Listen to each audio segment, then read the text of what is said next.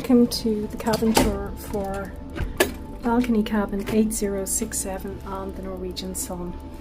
This is a standard balcony cabin on the port side on deck 8. I booked it as a solo guarantee, so it's not one of the designated solo balconies, albeit that they're actually standard balconies in any case. It is just one of the regular category balconies. So looking first of all, the usual safety information at the entry door. So route to the muster station, I have been there already, that is on deck 6. All the muster stations are on the outer promenade and they're numbered from I think A to Z. The muster station for this cabin is muster station P.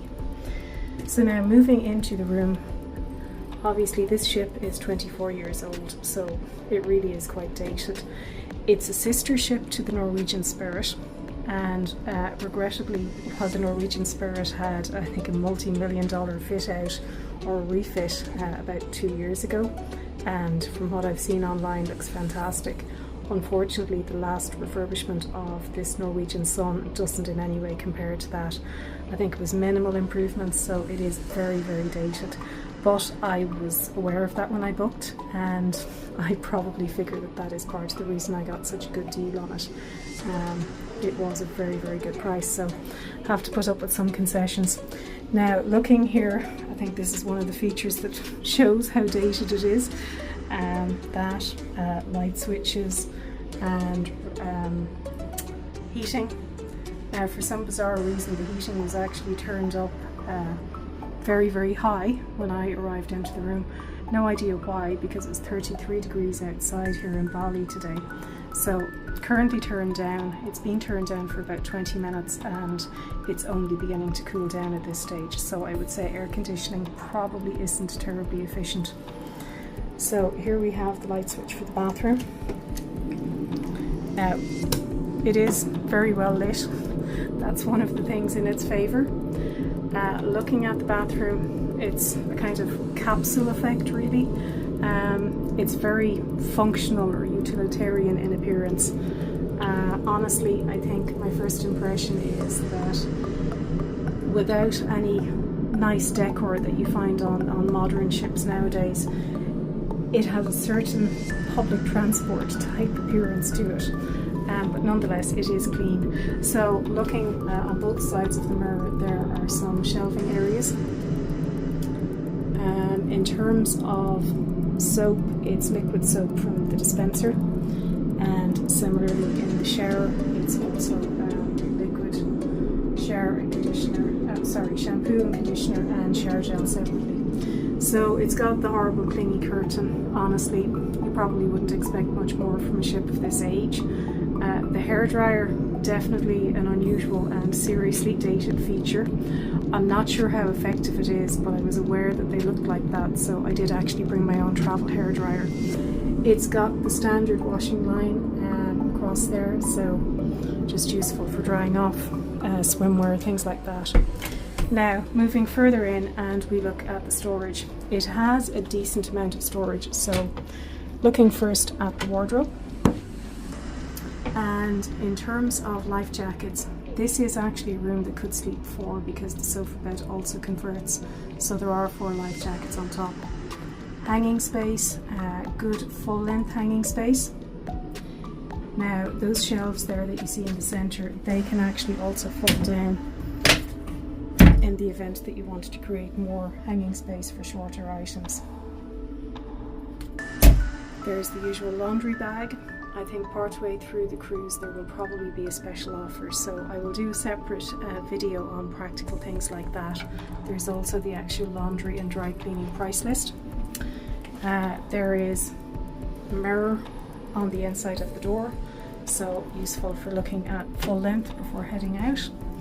And then on this side, a reasonable array of shelving, and you've got baskets down underneath, which I think they're actually quite handy perhaps for holding shoes and just other bits and pieces to stop them perhaps moving around the place.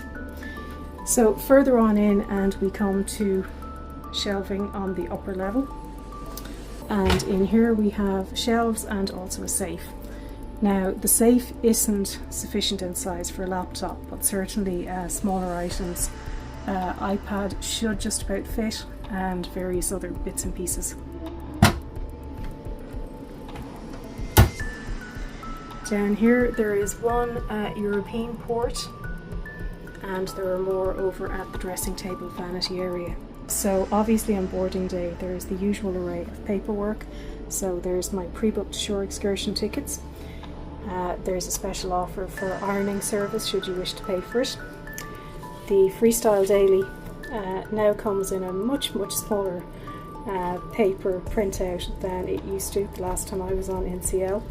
It's also available, well, the information in it is available on the app.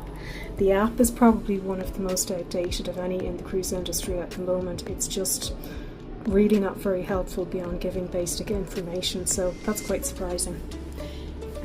There is also details of the actual itinerary, and one of the most significant things on that is the fact that as this is a cruise in Asia, all guests' passports were collected at check-in. So this actually details when exactly passports will be checked. They'll be checked by officials coming on board in each of the ports. They do indicate that they will be stamped, so that's quite good in itself, although I'm slightly uncomfortable about not having control of my own passport. And we finally get them back after our last stop in Thailand before we conclude the cruise in Singapore. And the other item there is just details of my Latitudes membership, so that's the NCL loyalty program. It's only my second time cruising with NCL, so I'm only in the bronze category. Down below that there are some drawers. Now, one of the things that I don't like, having looked into a number of the drawers, there are stains and dust, really. I do sometimes travel with drawer liners. Unfortunately, I don't have any on this trip, but it's certainly something that I do typically prefer. Now, moving on into the main area, and it's a good sized double bed. It's the usual combination of the twin beds combined. Now, I don't know if there's a mattress topper on it, so we'll have to see later if it starts to come apart in the middle.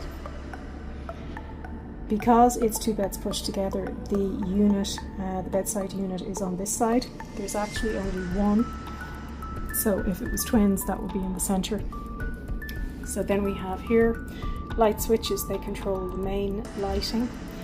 Now, part of what I think occurred in a fairly minor refurbishment a few years back was new lighting put in at the beds, and it includes a USB.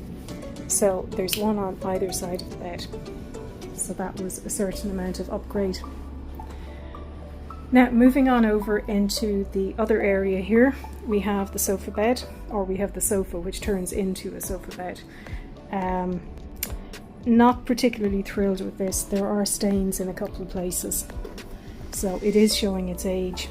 The fabric on it just really, it doesn't seem particularly nice, or well, particularly conducive for being comfortable on it, but we live with that.